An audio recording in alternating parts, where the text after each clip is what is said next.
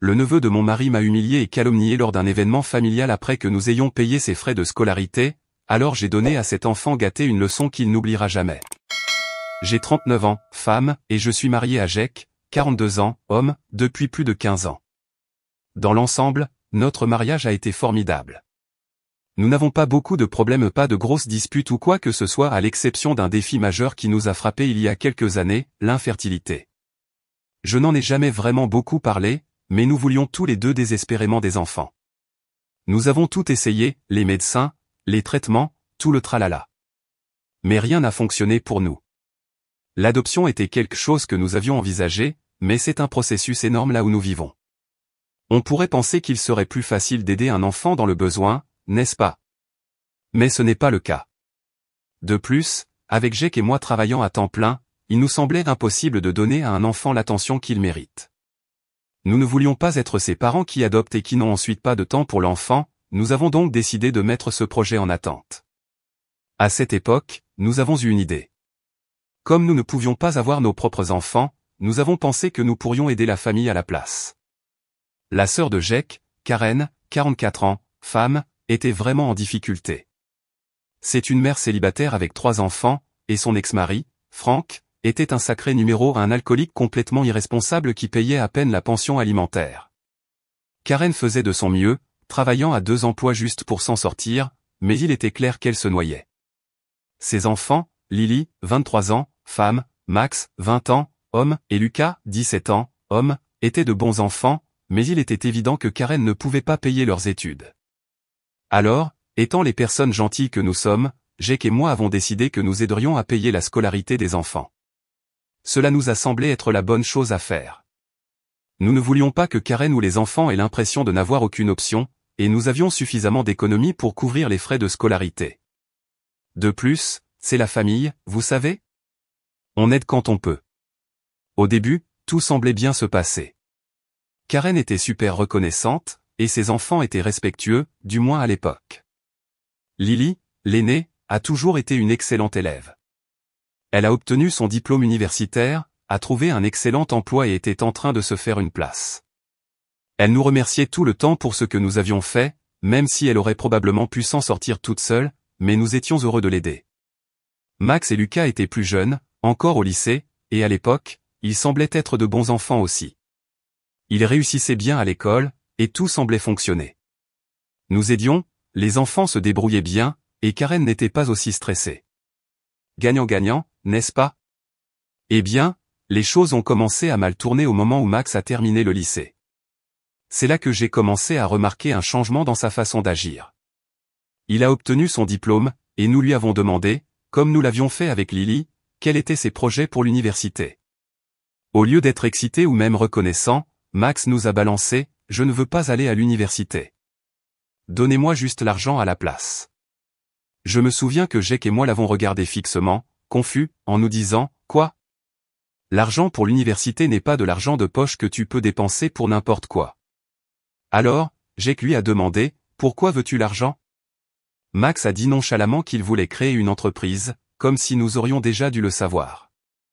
Ne vous méprenez pas, créer une entreprise n'est pas une mauvaise idée si vous avez un plan, mais Max n'en avait pas. Il n'avait aucune idée du type d'entreprise qu'il voulait créer, aucune idée de rien, en fait.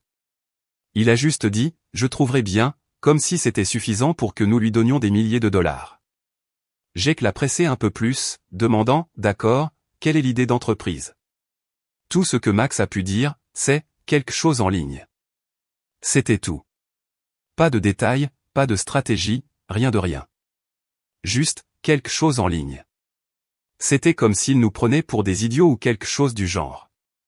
Nous n'avons pas dit non tout de suite, mais nous lui avons dit que nous avions besoin de temps pour y réfléchir. Max a juste haussé les épaules et a dit, cool, et on est resté là.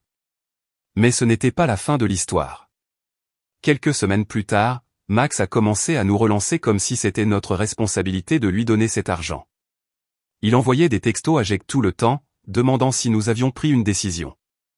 C'était comme s'il agissait comme si nous lui devions cet argent, ce qui n'avait aucun sens pour moi. Jack et moi nous sommes assis, en avons discuté, et avons décidé qu'il était hors de question que nous lui donnions l'argent pour cette idée bancale. Max n'avait aucune expérience en affaires, aucun plan, et honnêtement, aucun respect pour le fait que nous envisagions même de l'aider. Nous ne voulions pas le préparer à l'échec en jetant de l'argent sur quelque chose qui n'allait pas fonctionner. Quand Jake lui a annoncé notre décision, Max a complètement pété les plombs. Et le comble, c'est qu'il n'a pas piqué une crise devant nous. Oh non, ça aurait été trop facile. Au lieu de ça, il a couru voir Karen et Linda, la mère de Jake, et a commencé à se plaindre que nous ne le soutenions pas. Il a fait croire que nous n'étions pas raisonnables, comme si nous lui avions promis cet argent et que nous revenions maintenant sur notre parole. Ensuite, Karen s'en est mêlée, et nous avions toute la famille sur le dos. Karen nous disait que nous devions soutenir les rêves de Max, et Linda disait que nous ne tenions pas notre promesse d'aider pour l'éducation des enfants. Jake a mis un terme à ça très rapidement, leur disant à toutes les deux que nous ne donnions pas l'argent à Max parce qu'il n'avait aucun plan. Il a clairement dit que nous paierions volontiers les frais de scolarité de Max s'il décidait un jour de retourner à l'école, mais que nous ne financerions pas une entreprise mystère qui n'existait pas. Karen et Linda ont essayé de nous culpabiliser, mais nous avons tenu bon. Après quelques allers-retours, les choses se sont calmées pendant un moment. Je pensais que c'était peut-être la fin. Karen a mentionné quelque chose à propos de vendre des héritages familiaux pour donner l'argent à Max, ce qui semblait être une idée terrible, mais nous ne nous en sommes pas mêlés. Ce qu'elle voulait faire, c'était son affaire. Puis, surprise, surprise, l'entreprise de Max n'a jamais vu le jour. Tout ce discours, et ça n'a mené nulle part. Pas de choc là-dessus. Mais c'est là que les choses deviennent vraiment gênantes. Après que l'idée d'entreprise de Max a échoué, il est revenu en rampant, agissant comme si de rien n'était. Il nous a dit qu'il était prêt à aller à l'université maintenant et a demandé si nous couvririons ses frais de scolarité. Et vous savez quoi? Nous l'avons fait. Nous sommes de bonnes poires, j'imagine. Mais quelque chose n'allait pas. Même si nous payions ses études comme nous l'avions promis, l'attitude de Max envers nous a changé. Il est passé de sympathique et bavard à nous battre froid. C'était comme si, tout d'un coup, nous n'étions plus assez bien pour lui. Il nous parlait à peine lors des réunions de famille, et quand il le faisait, c'était des réponses courtes, d'un seul mot. Pas de merci, pas de reconnaissance, juste le silence. C'est à ce moment-là que j'ai réalisé que toute cette histoire était peut-être une erreur. Aider Karen et ses enfants était censé être une bonne chose, mais maintenant, j'avais l'impression que nous avions affaire à une bande d'enfants gâtés qui se croyaient tout permis et qui ne se souciaient de rien d'autre que de l'argent. Et ce n'est que le début de là où les choses ont mal tourné. Mais j'en viendrai au reste plus tard. Donc, après tous ces allers-retours avec l'idée d'entreprise ratée de Max, l'ambiance était gênante, mais nous pensions que nous allions surmonter ça. Il était de retour à l'université, et nous payions ses frais de scolarité, comme nous l'avions dit. Mais ensuite, Karen nous a invités à dîner pour le 17e anniversaire de Lucas, et laissez-moi vous dire, c'est à ce moment-là que tout a dégénéré rapidement. En allant à ce dîner, je n'étais pas vraiment ravi. Les choses étaient tendues depuis que Max avait fait son coup avec l'entreprise, mais Jake pensait que ce serait une bonne idée que nous y allions pour essayer de maintenir la paix. Vous savez, la famille et tout ça. J'ai donc accepté, mais j'avais ce pressentiment au fond de mon estomac que quelque chose n'allait pas. Je ne savais tout simplement pas à quel point ça allait mal tourner. Nous sommes arrivés chez Karen, et au début, tout semblait assez normal. Les enfants étaient là, Karen était là, et Linda, la mère de Jake, était là aussi, bien sûr. Nous nous sommes assis pour le dîner, et tout de suite, j'ai pu voir que quelque chose était différent avec Max. Il avait toujours été un peu distant depuis toute l'affaire de l'entreprise, mais cette fois, il nous parlait à peine juste des réponses rapides, pas de vraie conversation. Et il n'établissait aucun contact visuel. J'ai essayé de l'ignorer et de me concentrer sur l'anniversaire de Lucas. C'était son jour, après tout, et je ne voulais pas que tout tourne autour de la gêne entre nous et Max. Mais ensuite, à peu près à la moitié du dîner, Lucas m'a soudainement lâché une bombe. Sorti de nulle part, il m'a regardé droit dans les yeux et a dit, « Comment Jake peut-il même te trouver attirante? Tu es si vieille et laide. » Je me suis figé. Je ne savais littéralement pas quoi dire. Je veux dire, que peut-on bien répondre à quelque chose comme ça? J'ai senti le sang quitter mon visage, et je suis resté assise là, à le regarder fixement, essayant de comprendre si j'avais vraiment bien entendu. C'était comme si le temps s'était arrêté une seconde. Est-ce que ce gamin de 17 ans venait vraiment de m'insulter comme ça à son propre dîner d'anniversaire? Avant même que je puisse réagir, Jake était déjà sur ses pieds. Il a craqué. Il est généralement assez calme, mais cette fois, il était furieux. Il s'est tourné vers Lucas et a dit, « Qu'est-ce que tu viens de dire, bordel ?» Toute la table est devenue silencieuse. Et vous savez quelle était la pire partie? Karen, Max et Linda, ils riaient tous. Comme si Lucas venait de faire la blague la plus drôle du monde. Il ne semblait pas se soucier que j'étais assise là, totalement humiliée, essayant de comprendre ce que j'avais fait pour mériter ce genre d'insulte. Jake n'allait pas laisser passer ça. Il s'est tourné vers Lucas et a dit, « Excuse-toi. » Tout de suite. Mais Lucas a juste souri d'un air suffisant et a dit, « Quoi ? C'était juste une blague. » C'est là que j'ai explosé. Je sentais mon visage brûler de honte et de colère. Ce n'était pas, juste une blague, et ils le savaient. Ils le savaient tous. Je me suis tourné vers Karen, espérant qu'elle interviendrait et dirait à son fils d'arrêter, mais au lieu de ça, elle a juste haussé les épaules et a dit, « Allez, c'est son anniversaire. Ne gâche pas la soirée pour quelque chose de si petit. C'est juste un enfant. » Juste un enfant? C'est une blague? Il a 17 ans, il savait exactement ce qu'il faisait, et le fait qu'elle banalise la chose comme si ce n'était rien, je ne pouvais pas y croire. Jake était furieux. Il a répété à Lucas, « Excuse-toi, ou nous partons. » Lucas est resté assis là, souriant comme s'il avait gagné quelque chose. Et Karen, elle est restée assise là aussi, comme si tout cela était parfaitement normal.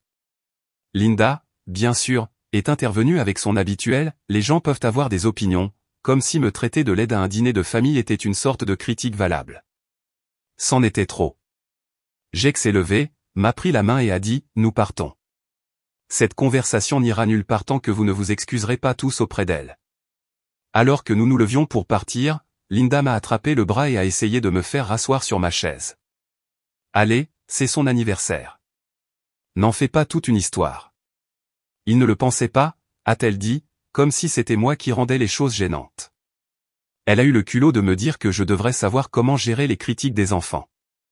J'ai arraché mon bras de sa prise et j'ai dit, ce n'est pas un enfant, et même s'il l'était, c'est votre travail de lui apprendre les bonnes manières.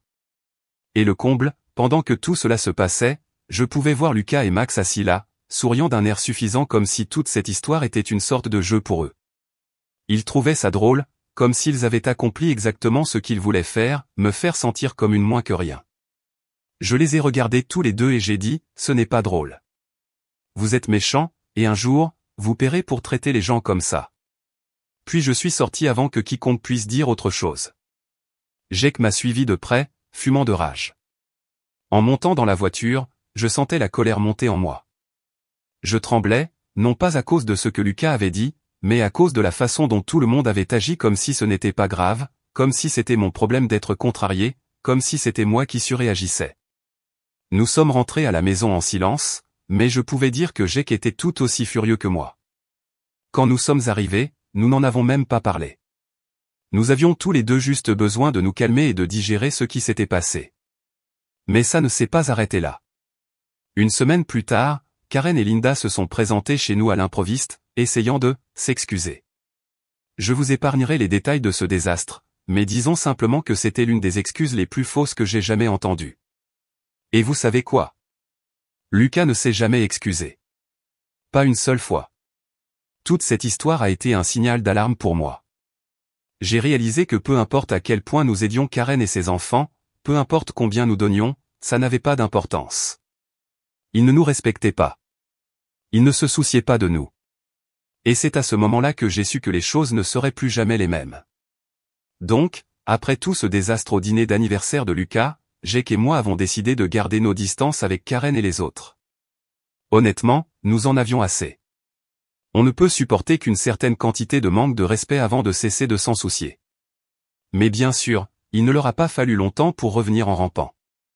Et surprise, surprise, ils ne sont pas revenus avec de vraies excuses. Non, ils sont revenus parce qu'ils voulaient quelque chose de nous. Cela faisait peut-être une semaine depuis l'incident du dîner quand je suis rentré un après-midi pour trouver Karen et Linda dans notre salon, en train de se disputer avec Jake. Je n'étais même pas encore complètement entré dans la maison que je savais déjà que ça allait mal tourner. Elles se chamaillaient, Karen essayant de convaincre Jake de quelque chose, Linda se tenant là avec son air habituel, comme si elle essayait de jouer les pacificatrices mais étant clairement du côté de Karen. Je suis entré, agissant comme si je ne les voyais même pas, et je suis allé directement dans notre chambre. J'en avais marre de tout ça. Je ne voulais pas entendre les excuses ou les absurdités qu'elle s'apprêtait à nous lancer, et je ne voulais certainement pas écouter les fausses excuses de Karen. Mais bien sûr, Karen ne pouvait pas laisser tomber. Elle m'a suivi jusqu'à la chambre, frappant à la porte comme si elle allait tout résoudre avec une petite discussion. Elle est entrée avec Linda, et elles ont toutes les deux commencé avec les mêmes phrases usées, « Nous sommes tellement désolés pour ce qui s'est passé. Nous avons parlé à Lucas. Il se sent très mal à ce sujet, bla, bla, bla. » Je n'en croyais pas un mot, alors j'ai simplement dit, « D'accord, où est Lucas alors? S'il est si désolé, pourquoi n'est-il pas ici pour s'excuser lui-même ?» Karen a bafouillé pendant une minute et a finalement dit quelque chose comme « Il est trop gêné pour vous faire face, mais nous sommes ici pour nous excuser en son nom. » Oui, bien sûr. Lucas n'était pas gêné, il était trop imbu de lui-même pour s'en soucier. Elle n'était là que parce qu'elles avaient de nouveaux besoins d'argent. Et il n'a pas fallu longtemps pour que la vraie raison de leur visite se révèle. Après quelques minutes d'excuses gênées et fausses, Karen a finalement dit « Lucas s'apprête à obtenir son diplôme de lycée, et il veut aller à l'université.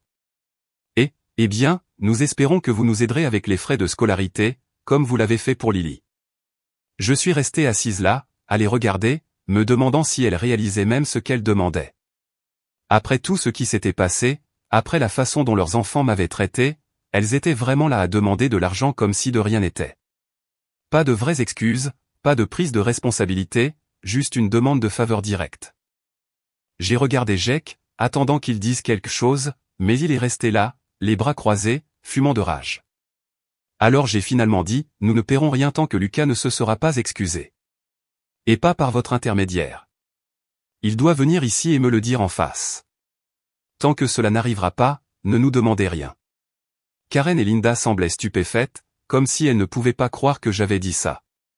Karen a immédiatement essayé de faire marche arrière, disant que Lucas ne devrait pas être puni pour ce qu'il a fait, qu'il n'était qu'un enfant et ne méritait pas de manquer l'université à cause de l'erreur de son frère. Mais voilà le truc, Lucas n'était pas exactement innocent non plus. Bien sûr, il ne m'a pas traité de laide comme Max l'a fait, mais il était assis là à rire avec lui. Il n'est pas intervenu pour dire que c'était mal, il n'a pas pris ma défense ou celle de Jake. Il était tout aussi mauvais, à mon avis, donc je ne me sentais pas très désolé pour lui à ce moment-là. Jake est finalement intervenu, disant à Karen et Linda, « Écoutez, nous avons fait beaucoup pour vous et vos enfants, mais le respect va dans les deux sens. Et nous ne vous donnerons pas un seul centime tant que vos fils n'auront pas grandi et appris un peu de respect. » On pouvait voir que ce n'était pas ce qu'elle voulait entendre. Karen s'est mise à pleurer, de vraies larmes, disant qu'elle ne savait pas quoi faire d'autre, qu'elle était en difficulté et qu'elle avait besoin de notre aide. Elle a même essayé de dire que nous étions injustes, punissant toute la famille pour une petite erreur. C'est là que j'ai craqué. Une petite erreur? Me traiter de laide et en rire n'est pas une petite erreur. C'est irrespectueux et blessant. Et le fait que vous soyez là à essayer de le défendre rend les choses encore pires. Si vous voulez notre aide, alors vos enfants doivent apprendre que les actions ont des conséquences. Linda est intervenue à ce moment-là, essayant de calmer les choses, disant que nous ne devrions pas laisser cet unique incident gâcher la relation.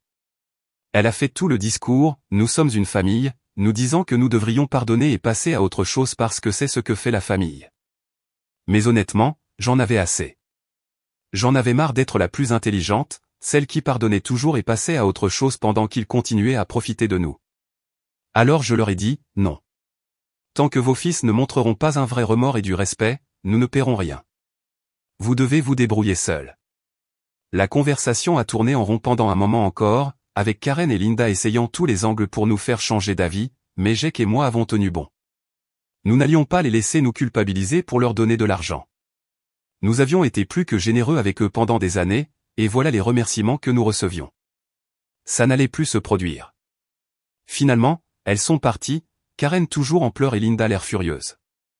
Jake et moi sommes restés assis en silence pendant un moment après leur départ, essayant juste de digérer ce qui venait de se passer. J'avais l'impression que nous avions franchi une sorte de ligne, que les choses ne reviendraient jamais comme avant. Et honnêtement, ça m'allait. À ce moment-là, j'ai réalisé que nous avions passé trop de temps à essayer de rendre tout le monde heureux, à essayer d'être les bons membres de la famille, toujours là pour aider. Mais rien de tout cela n'avait d'importance si nous n'étions pas respectés. Karen, Lucas, Max et ils n'appréciaient rien de ce que nous avions fait pour eux. Ils s'y attendaient simplement. Ils agissaient comme si nous leur devions quelque chose, comme s'ils avaient droit à notre aide. Mais ce jour-là, nous avons été clairs, le respect se mérite, il ne se donne pas, et nous n'allions pas soutenir des gens qui ne nous en montraient aucun. C'était comme si un poids avait été enlevé de mes épaules. Pour la première fois depuis longtemps, je ne me souciais pas de les rendre heureux. J'étais concentré sur ce qui était bon pour nous, et ça faisait un bien fou. Donc, après que Karen et Linda se soient présentées chez nous pour mendier de l'argent et offrir leurs excuses peu sincères, les choses se sont calmées pendant un moment. Jake et moi sommes restés sur nos positions. Nous n'allions pas céder tant que nous n'aurions pas de vraies excuses de la part de Lucas, et nous n'allions pas continuer à jeter de l'argent sur des gens qui ne pouvaient pas nous montrer un respect élémentaire. C'était bien de tenir bon, mais je savais que ce n'était qu'une question de temps avant que nous ayons de nouveau de leurs nouvelles. Quelques mois plus tard, nous avons reçu un courriel de Max. Pas un appel, pas une visite, un courriel. Et que disait ce courriel? C'était essentiellement une exigence pour que nous payions les frais de scolarité de Lucas. Aucune excuse, aucune reconnaissance de ce qui s'était passé, juste un lien vers la page de paiement des frais de scolarité, comme si nous étions une sorte de distributeur automatique de billets. J'étais honnêtement choqué par l'audace. Après tout ce qui s'était passé, après la façon dont nous avions été traités, ils pensaient vraiment qu'ils pouvaient simplement nous envoyer un courriel et que nous allions donner l'argent? Aucune explication, pas de « et, désolé pour la façon dont les choses se sont passées », juste un courriel froid et commercial. Jake et moi n'avons même pas pris la peine de répondre. Nous l'avons simplement laissé dans notre boîte de réception, ignoré. Nous nous sommes dit que s'ils voulaient quelque chose de nous, le moins qu'ils pouvaient faire était de faire l'effort de nous parler comme des êtres humains. Mais ensuite, 2 semaines plus tard, Jake a reçu un appel de sa mère, Linda. Et bien sûr, elle appelait pour lui dire que Max attendait le paiement des frais de scolarité de Lucas et demandait si Jake avait peut-être manqué le courriel. Jake n'a rien voulu savoir. Il lui a dit sans détour, « Max qui ? Je ne le connais pas », Linda est restée silencieuse une seconde, essayant probablement de savoir si Jake plaisantait ou était sérieux. Et puis elle a commencé avec ses sornettes habituelles, « Oh, allez, tu ne peux pas encore garder rancune pour quelque chose de si petit. » Lucas ne le pensait pas. Ta femme a probablement mal compris ce qu'il a dit. Jake a juste soupiré et a dit, « Assez, maman. C'est fini. Nous leur coupons les vivres, et nous ne paierons rien. S'ils ne peuvent pas nous respecter, alors ils sont seuls. » Maintenant, on pourrait penser que ce serait la fin, mais bien sûr, ce ne fut pas le cas. En quelques minutes, Karen a fait exploser le téléphone de Jake, lui envoyant des excuses les unes après les autres. Elle était clairement en mode panique, disant qu'elle ferait en sorte que les garçons s'excusent et qu'ils ne pouvaient pas se permettre de perdre notre soutien. C'était assez pathétique, honnêtement. S'ils étaient vraiment désolés, ils se seraient excusés il y a longtemps sans avoir à être menacés de perdre notre argent. Jake n'a répondu à aucun de ces textos. Il n'était pas intéressé par des excuses peu sincères qui n'arrivaient que parce qu'ils avaient besoin de quelque chose de nous, et j'étais entièrement d'accord avec ça. Nous avions été plus que généreux pendant des années, et tout ce que nous avions obtenu en retour, c'était du manque de respect. Le lendemain, je suis rentré à la maison pour trouver Karen et Linda debout devant notre maison, nous attendant. Elles n'ont même pas pris la peine d'appeler à l'avance, elles se sont juste présentées comme si nous devions tout laisser tomber pour nous occuper d'elles. Je sentais déjà mon sang bouillir avant même de sortir de la voiture. Jake et moi nous sommes approchés de la porte, et avant même que je puisse mettre la clé dans la serrure, Karen s'est lancée dans tout un discours sur à quel point elles étaient désolées et comment elles ne pouvaient pas survivre sans notre aide. Elle pleurait, bien sûr, parce que c'est sa tactique habituelle quand elle n'obtient pas ce qu'elle veut. Jake ne l'a pas laissée aller loin. Il l'a interrompue et a dit, « Nous ne faisons pas ça. Nous n'accueillons pas les gens qui nous manquent de respect dans notre maison, et nous n'allons pas soutenir des gens qui n'apprécient pas ce que nous avons fait pour eux. Vous auriez dû venir nous voir avec des excuses il y a longtemps, pas seulement parce que vous avez besoin d'argent maintenant. » Karen était désespérée. Elle a commencé à plaider, disant qu'elle et les garçons étaient vraiment désolés et voulaient juste une autre chance. Mais Jake n'y croyait pas. Il lui a demandé, « Si les garçons sont si désolés, pourquoi ne sont-ils pas ici avec vous en ce moment? Pourquoi ne sont-ils pas venus s'excuser eux-mêmes ?» Karen s'est figée une seconde, et c'est là que Linda est intervenue, essayant d'arranger les choses comme elle le fait toujours. « Vous savez comment sont les enfants ?» a-t-elle dit. Ils sont jeunes et hormonaux, et ils ne pensent pas toujours aux conséquences de leurs actes. Mais nous, en tant qu'adultes, devrions savoir mieux. Nous ne devrions pas laisser cette seule erreur ruiner leur avenir. Et c'est là que j'ai explosé. Je n'allais pas la laisser continuer à trouver des excuses pour ces sales gosses qui se croient tout permis. Me traiter de laide et en rire n'est pas une erreur d'adolescent, lui ai-je dit. C'est du pur manque de respect. Et le fait que vous soyez là à les défendre au lieu de les tenir responsables montre simplement pourquoi ils agissent comme ils le font. Ils n'ont jamais eu à faire face à de réelles conséquences pour leur comportement parce que vous les avez toujours couverts. Je pouvais voir l'expression sur le visage de Karen, et je savais qu'elle ne s'attendait pas à ce que je lui rentre dedans comme ça. Mais je n'avais pas fini.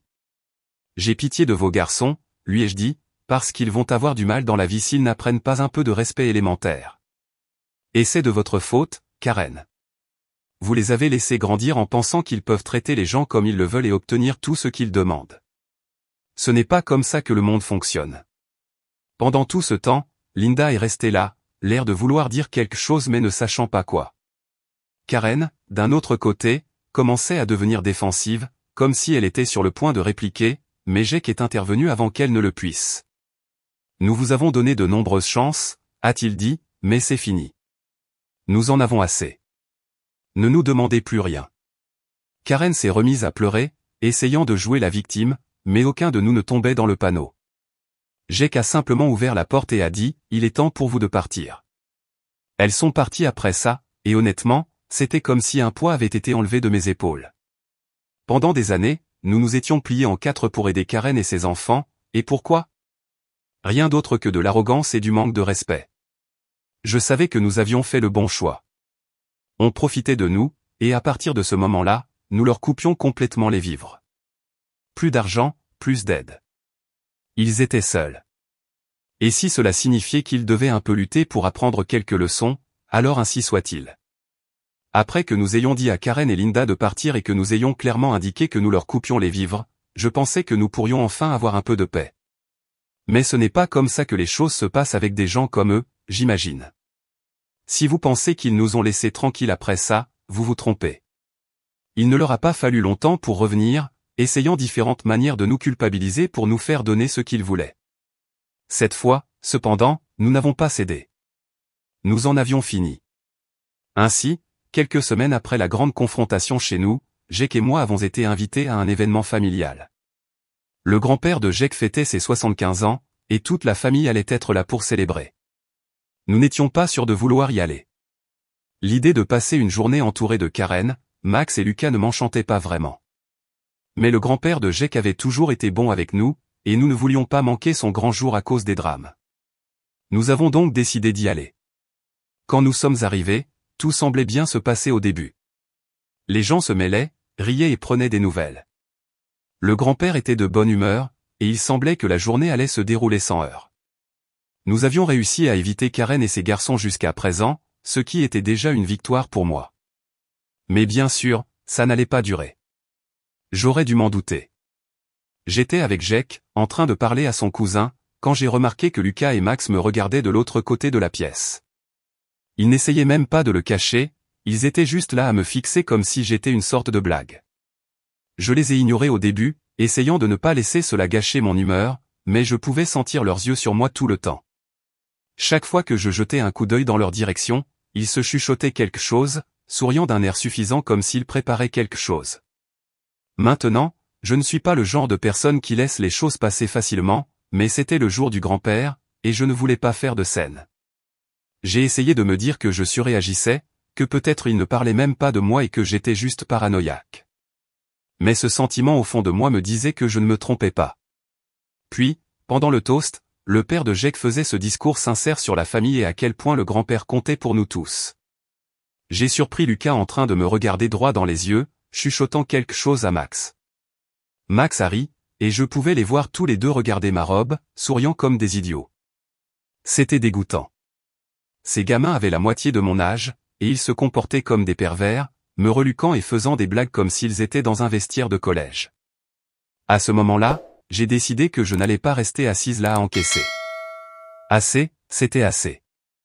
J'avais été silencieuse trop de fois, laissé passer trop de choses, et je n'allais pas les laisser continuer à me manquer de respect comme ça, surtout pas devant toute la famille de Jake. Alors, après le toast, je suis allé droit vers eux. Ils souriaient encore et chuchotaient quand je suis arrivé, et dès qu'ils m'ont vu approcher, leurs visages ont changé. Ils ne s'attendaient clairement pas à ce que je les confronte. « Qu'est-ce qui est si drôle ?» ai-je demandé, en croisant les bras et en les fixant. Ils se sont regardés, puis m'ont regardé à nouveau, jouant les innocents comme s'ils n'avaient aucune idée de ce dont je parlais. « Quoi ? On ne parlait pas de toi ?» a dit Max, essayant de paraître tout innocent. « Ouais, on plaisantait juste », a ajouté Lucas, mais je pouvais dire par l'expression de son visage qu'il mentait. Je n'ai rien cru de tout ça. Vous me prenez pour une idiote ? Vous m'avez regardé toute la journée, riant et faisant des commentaires. Si vous avez quelque chose à dire, dites-le-moi en face. Pendant une seconde, ils sont restés là, figés. Lucas avait l'air de vouloir dire quelque chose, mais ensuite Max, qui je suppose pensait être malin, a marmonné dans sa barbe, quel nom désobligeant. Et ils se sont tous les deux mis à rire. C'est là que j'ai explosé. J'ai fait un pas en avant, me retrouvant juste en face de Max, et je n'allais pas le laisser s'en tirer comme ça cette fois. « Qu'est-ce que tu viens de dire ?» ai-je lancé. Max est devenu pâle, ne s'attendant clairement pas à ce que je le mette au pied du mur. Il a marmonné quelque chose à propos d'une blague, mais je ne le laissais pas s'en tirer. « Tu trouves ça drôle de parler des gens comme ça ? Tu penses que c'est bien de me traiter de cette façon après tout ce que Jake et moi avons fait pour votre famille ? C'est comme ça que vous nous remerciez ? » Lucas a commencé à faire marche arrière, s'excusant, disant qu'il ne pensait rien de mal, mais c'était trop tard. Leurs excuses peu sincères ne m'intéressaient pas. Jake a dû remarquer que quelque chose se passait car avant que je ne m'en rende compte, il était à côté de moi, demandant ce qui s'était passé. Je lui ai tout raconté, juste là devant eux, et Jake était furieux. Il s'est tourné vers Max et Lucas et a dit, « Si vous ne vous excusez pas tout de suite, c'en est fini de vous deux. Vous n'obtiendrez plus jamais rien de nous. » Mais même alors, Max est resté là, refusant de s'excuser. Lucas, au moins, a eu la décence d'avoir l'air honteux et de marmonner de faibles excuses, mais Max ? Il s'en fichait. Il est juste resté là, les bras croisés, nous défiant de faire quelque chose. Jake a secoué la tête et s'est tourné pour partir, et je l'ai suivi, mais pas avant de leur faire comprendre à tous les deux, vous vous croyez intouchables ? Vous ne l'êtes pas. Vous allez apprendre à la dure que les gens ne supportent pas éternellement vos conneries. Nous les avons laissés là, l'air abasourdi, et je pouvais sentir la tension dans la pièce. Les gens avaient certainement remarqué que quelque chose se passait, mais je m'en fichais désormais. J'en avais assez de sauver les apparences pour le bien de la famille. S'ils voulaient agir comme des crétins, ils allaient en subir les conséquences. Le reste de la journée a été gênant, c'est le moins qu'on puisse dire. Karen m'a lancé des regards étranges, sachant probablement que quelque chose s'était passé mais n'osant rien dire. Linda nous a évités complètement, ce qui m'allait très bien. Jake et moi avons passé la plupart de la journée à rester entre nous, mais nous nous sommes assurés de rester jusqu'à la fin pour le grand-père. Nous n'allions pas laisser ces gamins gâcher la journée pour lui. Dès que nous sommes rentrés à la maison, j'ai su que les choses ne seraient plus jamais les mêmes. Nous avions tracé une ligne dans le sable, et ils l'avaient franchie. À partir de ce moment-là, nous en avions fini avec eux. Pour de bon, cette fois. Après ce désastre d'événement familial, Jake et moi savions que nous en avions fini avec Karen, Max, Lucas, et à peu près tous ceux qui pensaient que nous allions continuer à supporter leurs bêtises. Mais bien sûr, ils n'ont pas facilité la rupture des liens. Karen et Linda ont continué à essayer de nous contacter comme si elles pouvaient d'une manière ou d'une autre effacer tout le manque de respect avec quelques fausses excuses. Un jour, environ une semaine après l'événement familial, j'étais à la maison, m'occupant de mes affaires, quand mon téléphone a commencé à exploser de textos. D'abord, c'était Linda, puis Karen. Elles ont toutes les deux envoyé de longs messages, nous suppliant pratiquement de laisser le passé derrière nous et d'avancer.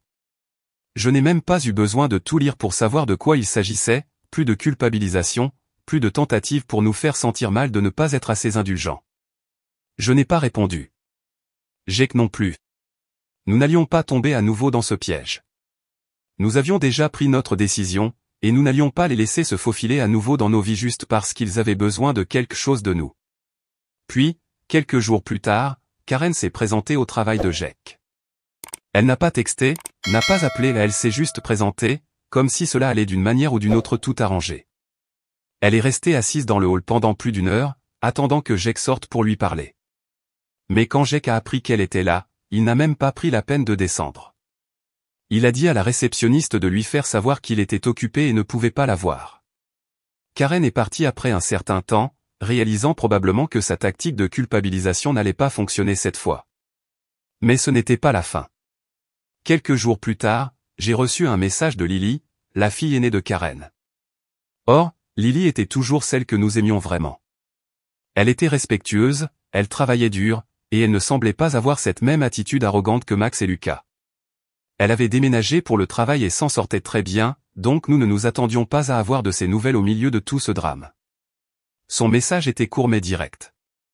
Elle s'excusait de la façon dont sa famille nous avait traités et me disait qu'elle comprenait parfaitement pourquoi nous leur avions coupé les ponts. Elle a même dit qu'elle avait eu ses propres problèmes avec Karen et les garçons récemment et qu'elle n'était pas surprise que les choses aient explosé comme elle l'avait fait. Lily n'a pas essayé de me culpabiliser, n'a rien demandé. Elle a juste dit qu'elle espérait que nous allions bien et voulait que nous sachions qu'elle était de notre côté. Je serai honnête, ce message a beaucoup compté. Il m'a rappelé que tout le monde dans cette famille n'était pas une cause perdue. Lily était la preuve qu'on pouvait grandir dans le même environnement et devenir quand même une personne décente. Nous lui avons répondu, l'avons remercié pour ses mots gentils, et lui avons fait savoir que nous apprécions qu'elle nous ait contactés. C'était un petit moment de paix dans tout ce chaos, et honnêtement, cela m'a fait me sentir mieux à propos de toute la situation. Cela m'a rappelé que Jake et moi avions pris la bonne décision en coupant les ponts avec les personnes qui ne méritaient pas notre gentillesse. Et à partir de ce moment-là, nous sommes restés fermes. Pas de contact, pas de nouvelles chances. Nous étions enfin libérés de leur drame.